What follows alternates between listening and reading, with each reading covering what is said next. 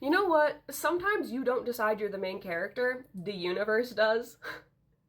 And I've had that experience on multiple occasions. So I'm gonna drop one of those experiences right now. Let's give a little lore drop. So, we're taking it back to 8th grade, middle school. Okay? I was a very weird kid. I had a lot of issues that I didn't know how to deal with, and so it just made me very strange. And I can own up to that. And so I didn't have many friends. I got made fun of a lot of which I didn't even realize was happening at the time, but we're just gonna brush past that. But in language arts class, we had an odd number of students. And the teacher would very, very frequently set us up like duo projects where you had to work with one other partner.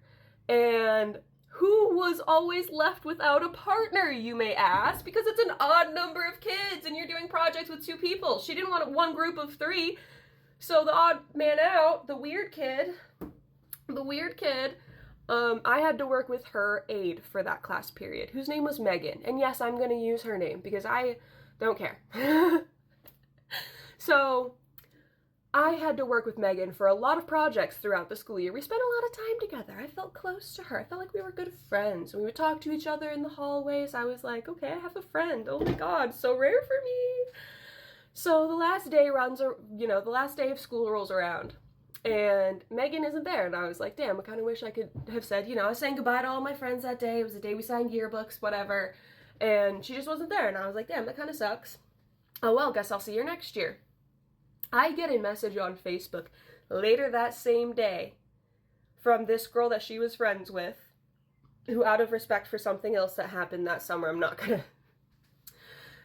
This other girl who Megan was friends with reaches out to me and basically says, Megan like hates you, right? And I was like, well, this isn't coming from Megan, so I don't believe you.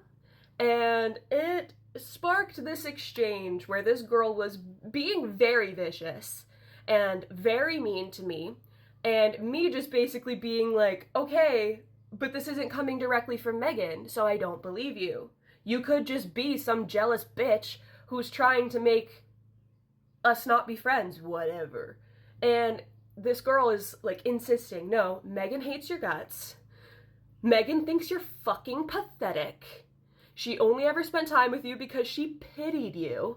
Like, all of it, like, going into me, reading me, ripping me a new asshole. So, I'm just like, what the fuck is happening, right? And this girl, multiple times keeps being like, you're not worth my time, I'm done with this. And then hitting me with a, also, like, multiple times. And it got to a point, I was literally just, like, not feeding into, like, I mean, I was messaging back, so I shouldn't have been doing that. Like, with an adult brain now, I know I should have just left her on read, or not even read it at all. But I was just messaging back being like, okay, whatever, you're weird, this is dumb. And it pissed this girl off.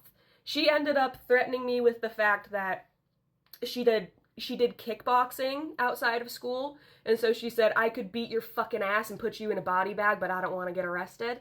At one point she told me to go fuck myself with a bloody dildo, and she misspelled the word dildo. How it's spelled in the captions is how she spelled it. Okay, I'm gonna keep you included on that one.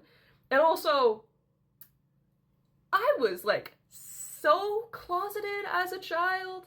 I like barely knew what a dildo was, and I was just, it was just like a whole crazy conversation that we had back and forth. And then this whole summer, I'm just like terrified of going back to school because this girl threatened to beat my ass. And let me tell you, she could have, okay?